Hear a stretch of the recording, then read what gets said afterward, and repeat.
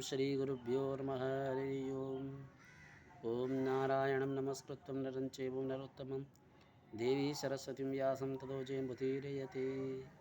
सभाभ्यां सभापतिभ्यश्च नमो नमः। వైశాఖ మాసం వైశాఖ పురాణం 27వ దినం 27వ అధ్యాయంకు స్వాగతం.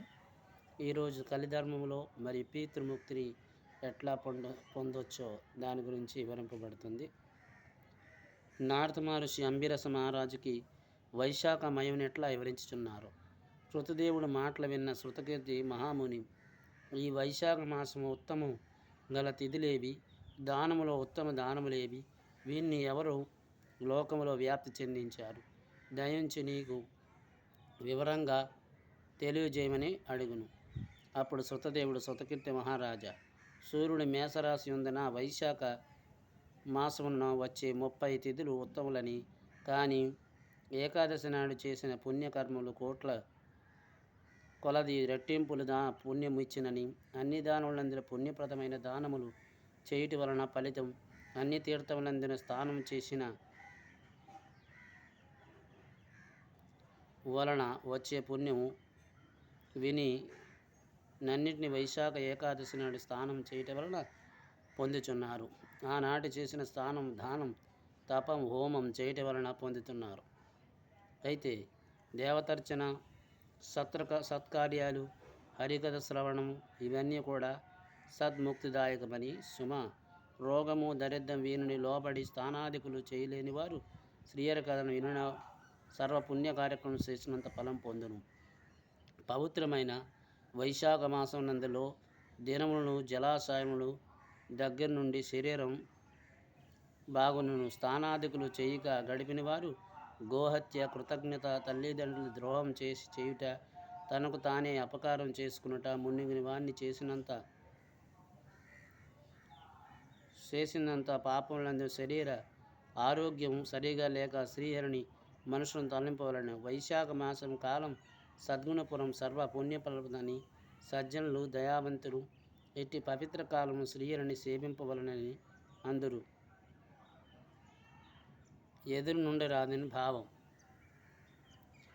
దరిద్రులు, ధనవంతులు, కుంటివాడు, గుడ్డివాడు, నపుస్కుడు, విధవలు, విధవరాళ్ళు, స్త్రీలు, పురుషులు, బాలులు, యవ్వకులు, వృద్ధులు, రోగిష్టివారు వీరందరూ కూడా యథాశక్తిగా ఆచరించి తరింపదగిన పుణ్యకాలమే వైశాఖ మాసకాలం. సర్వధర్మ కర్మ ఫలప్రాప్తి మూలమైన వైశాఖ మాసం ధర్మకార్యములను స్థానాదులు చెయ్యగోరు చేయని వారును సర్వోత్తమైన ఇట్లు మిక్కిలి సులభమైన వైశాఖం ధర్మం అనుసరించేవారు సులభంగా నరలోకమును చేయని వారు నరలోకంలో పాపాత్ములై చేరుదురు. సందేహం లేదు. ఫలాన్ని పరుసు తరిచి సర్వ భూతములను ఎన్నిటిని కూడా తీసినట్లుగా సర్వపాపములు అణించే సర్వపుణ్యప్రదమే తిథిని చెప్పుదురు. విషయం మేషరాశి అందున సూర్యుడుండగా పాపములు నివారించే పితృదేవతలకు మిక్కిలి ప్రీతి కలిగించే తిథిని చెప్పుదురు. ఆ తిథి పితృదేవతలకు తర్పణం శ్రద్ధం చేసి గాయలో 1,000,000 మార్లు పెండ ప్రదానం చేసిన పుణ్యఫలం కలుగునని, ఈ విషయంలో సౌవర్ణ మనువు భూమిని పరిపాలించుచుండగా నరకలోకంలో పితృదేవతలు చెందిన కథ ఒకటి పెద్దలు చెప్పినది గలదో వినుము. 35 కలియుగాలు గడిచిన తర్వాత సర్వధర్మ విహీనుడైన నర్తదేశమున ధర్మవరుడని బ్రాహ్మణుడును. 31 కలియుగములో ప్రథమ పాదములో ప్రజలందరూ వర్ణధర్మములు విడిచి పాపకార్యములు యందు ఆసక్తి ఉండును. ఇట్టి పాపకింకరులు దేశమును విడిచి ధర్మవర్ణులచో పుష్కర క్షేత్రంలో మౌనవ్రతంతో మునులు సత్రయోగం చేయుచుండగా చూడబోయిన కొందరు మునులు కూర్చొని పుణ్యకథ ప్రసంగములు చేయుచుండగా ధర్మవరుడికి అతడికి చేరును. అతడున్న మునులు కర్మ ఆసక్తులై కలవారై యాగములు మెచ్చుట ఎట్లారు. కృతాయుగంలో సంవత్సరమైన నియమనిష్టలతో భక్తి శ్రద్ధలతో వచ్చినంతటా పుణ్యము, త్రేతాయుగంలో 1 మాసం వచ్చిన ద్వాపర యుగంలో 1 పక్షం చేసినంత పుణ్యం వచ్చును. కానీ దానికి 10 రెట్ల పుణ్యం కలియుగమున శ్రీ మహావిష్ణువును స్మరించుకోవచ్చును. కావున కలియుగములో చేసిన పుణ్యం కోటి గుణితమైన దయాపుణ్యమును దాన ధర్మములు లేని ఈ కలియుగమున శ్రీహరిని ఒక్కమారు స్మరించిన, దానం చేసిన, కరువు కాలమును అన్నదానమును చేసే వారిని వల్ల పుణ్యలోకాలను లోకమును పోవుదరని కొనిచుండురు. ఆ సమయంలో నారదుడు అతడుకు వచ్చును. అతడు ఆ మునులు మాటలు విని ఒక చేతిలో శుష్కమును అంటే గుహం పైనమును అంటే మరొక చేతిలో నాలుకను పట్టుకొని నవ్వుతూ నాట్యం చేయసాగాడు. అతడున్న మునులు ఇట్లా చేయుచున్నారని ఎదురుగా నారదుని ఇట్లాను, మీరు ఇప్పుడు చేసిన మాటల బట్టి కలియుగంలో వచ్చేదని తెలిపి ఉందిన పుట్టిక లేక నాట్య రూపంను నవ్వుచున్నాను. మనకు అదృష్ట మంచులు స్వల్ప ప్రయాణంలో అధిక పుణ్యాన్ని ఇచ్చే గొప్ప యాగం కలియుగము. ఈ కలియుగం స్మరణ చేతన సంతోషం కేశవ శ్లోకాలను క్లేశములు నశింపచేయి పన్ని సంతోషం నాపుకొని పోతిని. మీకు ఒక విషయం చెప్పుచున్నాను వినుడు. మర్మవాయువును గ్రహించిన కష్టమే, అనగా సంభోగాభిలాషలను గ్రహించుకునుట కష్టం.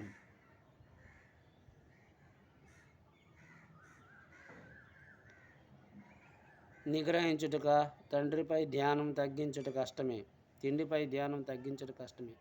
కలియుగంలో భోగ విలాస తిండి ధ్యానములను గ్రహించుటకు మిక్కిలి కష్టం. కావున నేను శుశ్రూషమును నాలుగును పట్టుకుని నారదులకు వివరించును. మరియు ఎట్లాను శుశ్రమును జీవాది నిగ్రహించుకునిచో పరమాత్మని శ్రీహరి దయ ఈ యుగములో సులభ సాధ్యము.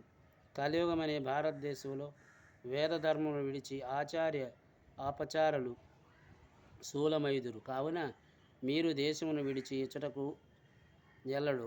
నారదుని మాటలు విని యజ్ఞాంతముల వారందరూ తమకిష్టమైన ప్రదేశం వెళ్ళారు. ధర్మవరుడు భూమిని విడిచి మరొక చోట నుండును. కొంతకాలమై తర్వాత బానికి భూలోకం ఎట్లున్నదో చూడవలని అనిపించి తేజస్వరుని వలె మైతుడయ్యగు అతడు దండకమండలమును జటాబలకములు ధరించి కలియుగ విచిత్రమును చూడదలిచి భూలోకకు వచ్చును. భూలోకములో జనులు వేదభవ్యమైన ప్రవర్తన కలిగి పాపములను అనుసరించుచు దుష్టులై ఉండును. బ్రాహ్మణులు వేదధర్మాలు విడిచితురు. శూద్రులు సస్యలమైన భార్యాభర్తలు, శిష్యుడు గురువు, సేవకుడు యజమాని, పుత్రుడు తండ్రి ద్వేషించుచుండురు. బ్రాహ్మణులందరూ శుద్ధులై పాలై దేనువును మేకలై వేద కథా శ్రవణలై శుభక్రియలు సామాన్య క్రియలు భూత ప్రేత పిశాచ ఫలమును నిచ్చే దేవతలు పాపాత్మ దుష్టులకు జనులు భూత ప్రేత పిశాచులని పూజించుచుండురు. అందరినూ భోగవిలాస కలిగి ఉండుటకు జీవించడం కూడా విడిచినారు. తప్పుడు సాక్ష్యం చెప్పేవారు, మోసగించి స్వభావం గలవారు ఉండారు. మన 100 కోట్ల మాటలు విన్న మరొకటి పని అంది ఇంకొకటి అగౌరత నిండును. విద్యాభ్యాసం సమర్థకంగా హేతు ప్రధానంగా భావించబడును. అట్టి విద్య రాజపూజితుడై ఉండును. సంగీతం మున్నీని వాణి రాజులు ప్రజలు ఆచరించి చుండురు. అధములు గుణహీనులు పూజ్యులైన ఉత్తమ వేరెవరూ గౌరవించట్లేదు. ఆచార్యవంతులు బ్రాహ్మణులు దరిద్రులై ఉండురు. విష్ణు భక్తి జనులతో కనిపించడలేదు. పుణ్యక్షేత్రంలో వేదధర్మహీనులై ఉండును. శూద్రులు ధర్మ ప్రవర్తలై జటాధారులై సన్యాసం వలె మానవులు అల్పాయుషులై ఉండును. మరియు జనులు దుష్టులు దయాహీనులుగా ఉండును. అందరూ ధర్మాన్ని చెప్పేవారు, అందరు దానములు స్వీకరించేవారు, సూర్యగ్రహణాది సమయములు మొత్తంగా దలిచేవారు, ఇతరులకు వివరించుచు అసూయ పడుచు అందరూ తమ పూజ కోరుకొనుచుండుట. అభివృద్ధి మునిని చూసి అసూయంపరిచి అందరూ తమ పూజన విల కోరుచుండును. అభివృద్ధిని ఉన్నవారిని చూసి అసూయపడుచుండును. సోదరుడు సోదరిని తండ్రి కుమార్తెలు తక్కువ జాతి వారి కోరుచుని పొందుచున్నారు. అందరినూ వేశ్యసక్తులై ఉండి సజ్జలు జాతివారి కోరుచుండును. అందరినూ వేశ్యక్తులై ఉండును. సజ్జనులు నందును నిందించుచు పాపాత్మను గౌరవించుచు మంచివారి చేనున్న కొద్దిపాటి దోషం పెద్దదిగా ప్రచారం చేయుచుండును. పాపాత్ములు దోషములు గుణములు చెప్పుచుండును. దోషమనే గుణములు జనులు స్వీకరించుచు జలగస్తమై వాలి పాలును తాగుతూ రక్తము చే తాగుటూ అట్లు దుష్టులు గుణములు కాక దోషములు స్వీకరించుదురు. ఔషధాలు సరహీనములయ్యును. అలాగే ఋతువులు వరుసలు తప్పును, అనగా దాన ధర్మాలు విడిచిన అంతట కరువు ఉండును. కన్యలు గర్భవతులగుచుండారు, స్త్రీలు తగిన వయసున ప్రసవించటలేదు. ఇటులు వార్తకులు వీరి అందరి ప్రజలు ప్రేమనంది ఉండును. వేద వేదాంత శాస్త్రాల యందు పండితులు సేవకులు ధనవంతులు చూచుచుండురు. విద్యావంతులకు బ్రాహ్మణులు ధర్మహీనులు సేవించి ఆశీర్వదించుండురు. అవమానించి ధన మదాంధులు నీచులు ఆశీర్వదించి దానికి ఫలముండుదుగాక. వేదము యందున చెప్పిన క్రియలు శ్రద్ధలు శ్రీహరినామమును అందరూ విడిచెదరు. శృంగారమును ఆసక్తి గలవారై అట్టి శృంగారం కథలచి చదువుచుండురు. విష్ణు సేవ, శాస్త్రచర్చ, యాగ దీక్ష, కొద్దిపాటి వివేకం, తీర్థయాత్ర, దాన ధర్మాల కలియుగమున నిచట లేవు. ఇది మిక్కిలి చిత్రంగా ఉండును. ధర్మవరుడు భూలోకాన్ని కలిగిన విధానం చూసి మిక్కిలి భయపడుతూ పాపం చేయటం వలన వంశనాశను గమనించి మరొక దీపమునకు పోవును. అన్ని దీపములో చూసి పితృకార్యములు చూడబోయును. అచటున్న వారు కష్టతరముగా పనులు చేయుచు మిక్కిలి శ్రమపడుచుండురు. కింద పడి ఇచ్చుచున్న చీకటి గల నూలిలో పడి గడ్డి పరకు పట్టుకొని నూతిలో పడకుండా వేలాడుచుండురు. వారికి క్రింద భయంకరమైన చీకటి ఉండును. ఇంతకన్నా భయంకర విషయాన్ని చూసిన ఒక ఎలక పితృదేవతలు పట్టుకుని వేలాడుచున్న గడ్డి పరగను 3 వంతులు కొరికి వేసును. గడ్డి పరగ పట్టుకొని వేలాడి పితృదేవతలు కిందనున్న భయంకరమైన ఆగమనం చూసి పైగా ఎలక గడ్డిని కొరికి వేసుటకు చూసి దీనులై దుఃఖించుచుండును. ధర్మవరుడు దీనిపై ఉన్నవారిని చూసి జాలిపడి, మీరు నూతి యందు ఎట్లా పడేదు? ఇట్టి కర్మ చేయటానికి మీకు ఇట్టి పరిస్థితి కలుగును. మీ వంశం వారు ఎవరు? మీకు విముక్తి కలిగే స్వర్గమైన ఉన్నదా చెప్పుడు. చేతనైన పాపములు సాయమును నేను చేయుదునని అడగరా. అప్పుడు వారు పోయి, మేము శ్రీవత్స గోత్రికులము, భూలోకంలో మా వంశంలో సంతానం లేదు, అందువలనే పిండములు శ్రద్ధములు లేక దీనులై బాధపడుచుండవు. మేము చేసిన పాపములచే మా వంశంలో సంతానము వంతులు లేరు. మాకు ఈ చీకటి కోపములు పడక తప్పదు. మా వంశంలో ధర్మవరుడు కీర్తిశాలి ఒకడు కలడు. అతడు విరక్తి చే వివాహం చేసుకున్నాడుగా ఒంటరిగా తిరుగుతున్నాడు. ఈ మిగిలిన గడ్డి పరకను చూసితివా? మా వంశం అతడొక్కడే మిగులుట వలన నిచ్చటకు ఇది ఏ ఒక్కటి మిగిలినది. మేమును దీన్ని పట్టుకొని వేలాడిచున్నాము. మా వంశం అయిన ధర్మపరుడు ఒక్కడే మిగిలినాడు. దానికి ప్రతిగా పితృదే లోకానున్న మాకు ఈ గడ్డి పరక యొక్క మిగిలినది.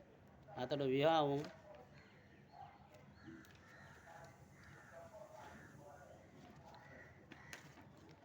చేసుకున్నచో పౌరుడి చేత సంతానం లేకపోవడం వలన ఈ గడ్డికి అంకురములు లేవు.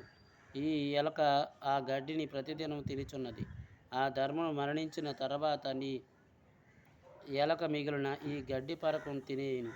అప్పుడు మేము ఆగడ భయంకరమైన రూపం పడుచు ఆ కోపంలో దాటరని చీకట్లో నిండుతాం. కావున నాయన భూలోకానికి పోయి మా ధర్మవరుని వద్దకు పోయి మా దైనముకు వివరింపు.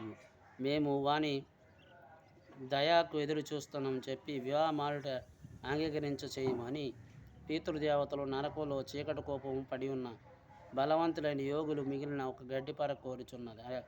ఆ ఎలకన కాలం ఇప్పటికే ఈ గడ్డిలో 3 వంతులు పోయినవి, 1 వంతు మిగిలినది. ఆ మిగిలింది నీవే ఆయువును గతించున్నది. నీవు వీక్షించుచున్నావు మనవలే. నీవు మరణించిన తర్వాత ఇట్లే మాలో పాటు ఉండగలవు. కావున గృహస్థ జీవితం అభినందించు, సంతతిని పొందు, వంశవృద్ధిని చేసి మమ్ము నూతిలో పడకుండా రక్షింపని చెప్పును. పుత్రులలో లెక్కమంది పొందును వలను. వారిలో ఒకనైనా గయకు పోయి పిండ ప్రదానం చేయును. అశ్వమేధ యాగములు చేయవచ్చును. ఆయా మాసప్రత విధానం మాకు అంటే పితృదేవతల దానం శ్రద్ధం మున్ని వారిని చేయవచ్చును. ఇందువలన మాకు నరక విముక్తి పుణ్యలోక ప్రాప్తి కలిగే అవకాశం ఉన్నది. మా వంశం వారితో నివుడైన పాపం ఇట్లా నాశనైన విష్ణు కథను విన్నను చెప్పినను మాకు ఉత్తమ గతులు కలగవచ్చును. తండ్రి పాపి అయినను పుత్రదత్తులు భక్తితో నైనచో వానికి తండ్రి తరిచి దాన ధర్మాలు హీనుడై పుత్రులు లేకనందున నన్ను ప్రయోజనమేమి? స్త్రీయర నడిచించి పుత్రులందరూ ఉన్ననేమి? పుత్రహీన వారికి ఉత్తమ గతులు కలగవు. కావున సద్గుణ శాలియగిన పుత్రులు పొందవలను. మాయా బాధలను ఆ మాటల వాణ్ణి సరంగా చెప్పును. గృహస్థ జీవితం స్వీకరించుము చెప్పుము. మంచి సంతానం పొందుమని అనేవారు పలికారు. ధర్మపరుడు పితృదేవతల మాటలు విని ఆశ్చర్యపడి దుఃఖి పొందిన వాడు ఎట్లా పలుకును? మీ వంశము చెందిన ధర్మపరుని నేనే వివాహం చేసి కొనరాదని పనికి మాలిన పట్టుదల కలిగి మిమ్మల్ని బాధ పెడుతును చేసిని వాడినే నేను. పూర్వం సత్రయాగం జరిగినప్పుడు నారద మహర్షి మానవులకి కలియుగం గృహ కావ్యములు 4 అదుపులో నుండవు. విష్ణు భక్తి అందున చెప్పిన మాటల పట్టి నేను గృహ అవయములు అదుపులో నుండటై వివాహం మానితినని కలియుగమైన పాపభూష్టమైన జనులు సాంగత్యాన్ని ఇష్టం లేక ద్వీపాంతరమైన నివాసించుచుండురు. ఇప్పటికే కలియుగంలో 3 పాదములు గడిచినవి. 4వ పాదం కూడా చాలా వరకు గడిచినది. నేను మీ బాధ ఎరుగుదును. మిమ్మల్ని బాధలను గురి చేసిన నా జన్మ వ్యర్థం. మీ కులమును పుట్టి మీకు తీర్చవలసిన రుణములు తీర్చలేకపోతుంది. విష్ణువును పితృదేవతలకు ఋషులకు పూజించ రాని జన్మ వ్యర్థం. వాణి భూమికి భారం. నేను మీ ఆజ్ఞని పాటించి వివాహం ఆడుతాను. కలిబాధకుండా సంసార బాధలు లేకుండా మీ పుత్రుడై నేను మీకు చేయవలసిన కార్యములు నా ఆజ్ఞ ఉండ ప్రార్థించును. ధర్మవరుణుడు పితృదేవతలు వాని మాటలు విని కొంత యూరటకు పొంది, నాయన నీ పితృదేవతల పరిస్థితిని చూసిదు కదా, సంతానం లేకపోవడచే గడ్డి పరకు పట్టుకొని ఇట్లా వేలాడుచున్న చూసిదు కదా. విష్ణు కథలయందు ఆసక్తి స్మరణ సదాచార సంపన్నులు కలవారికి కలిపీడించడు. శ్రీహరి స్వరూపమైన సాలగ్రామ శిల గాని భారతమును గాని ఇంటి అందుచో కలి వారిని బాధించుడు. వైశాఖ వ్రతము మాఘస్థాన వ్రతము కార్తీక దీపాదానం పాటించే వారికి కలి విడుచును. ప్రతిదినం పాపహరం ముక్తిప్రదమైన శ్రీహరి కథను విన్నచో కలివానికి పీడించరు. వైశ్యదేహమును తులసి గోవు ముని వాడి కలిబాధ పడ్డు. ఇట్టినే లేని చోట పీడింపరు. వైశ్యదేహం తులసి గోవు ఉన్న ఇంట్ల కలి బాధించడు. ఇట్లని లేని చోట మండపును నాయన త్వరగా భూలోకానికి పొమ్ము. ప్రస్తుతం వైశాఖం మాసం గడిచుచున్నది. సూర్యుడు అందరూ ఉపకారం చేయవలసిన మేషరాశిలో ఉన్నారు. ఈ నెలలో 30 తిథులందు పుణ్యప్రదమైన ప్రతి తిథియందు చేసిన పుణ్యం అత్యధికం ఫలితమిచ్చును. చైత్ర బహుళ అమావాస్య మానవునికి ముక్తి ఇచ్చినదని, దేవత పితృదేవతల ప్రియమైన విముక్తినిచ్చునని, ఆనాటు పితృదేవతలు శ్రద్ధం చేయవలనని, జలపూర్ణమైన కలశంనిచ్చి పిండ ప్రదానం చేసినచో గయాక్షేత్రం చేసిన దాన్ని 1 రెట్లు ఫలితమిచ్చునని, చైత్ర అమావాస్యలో శక్తి లేనిచో కూరతో అయినా శ్రద్ధం చేయవచ్చునని, ఆనాడు సుగంధ పానకం గల కలశమును దానమిచ్చేవాడు పితృహత్య ఈయనవాడు పితృహత్యం చేసేవాడుతో సమానం. ఆనాడు చల్లని పానీయములు శ్రద్ధ చేసినచో పితృదేవతలపై అమృత వర్షం కురియని, ఆనాడు కలశదానం అన్నదానాలతో శ్రద్ధ ప్రశస్తం. కావున నీవు త్వరగా వెళ్ళి ఉదకుంభదానం శ్రద్ధమును పిండ ప్రదానం చేయుము. వివాహానికి ఉత్తమమైన సంతానం నంది పురుషార్థం నంది అందరిని సంతోషపెట్టి మునిపై నీవు కోరినట్లుగా దీప సంచారం చేయమని వారు చెప్పారు. ధర్మవరుణుడు త్వరగా భూలోకానికి చేరుడు. చైత్ర బహుళ అమావాస్య నాడు ప్రీత్య కాలస్థానం పితృదేవతలు చెప్పినట్లుగా జల కలశదానం శ్రద్ధ మున్నీగుని వారిని చేసి వివాహం చేసిన ఉత్తమ సంతానం అందును. చైత్ర బహుళ అమావాస్య ప్రశస్తిని సృజింపచేసిన తుదికి తపమనించినట్టుకైన గంధమాదన పర్వతం పోయును అని శృతదేవుడు శృతికీర్తునికి వివరించి ఈ విషయాన్ని నారదుడు అంబిరస మహారాజుకి చెప్పును. ఇది 27వ దినం 28వ కథ సంపూర్ణం. తిరిగి మరలా రేపటికి కలుసుకుంటాం. స్వస్తి ప్రజాభ్యాం పరిపాలయంతం న్యాయేన మార్గేణ మయి మహిషిగో బ్రాహ్మణే సమస్త నిత్యం సమస్తలోక సుఖనోవంతు సమస్తలోక సుఖనోవంతు సమస్తలోక సుఖనోవంతు. సర్వం శ్రీ మామేశ్వర పాద పద్మార్పణమస్తు. స్వస్తి.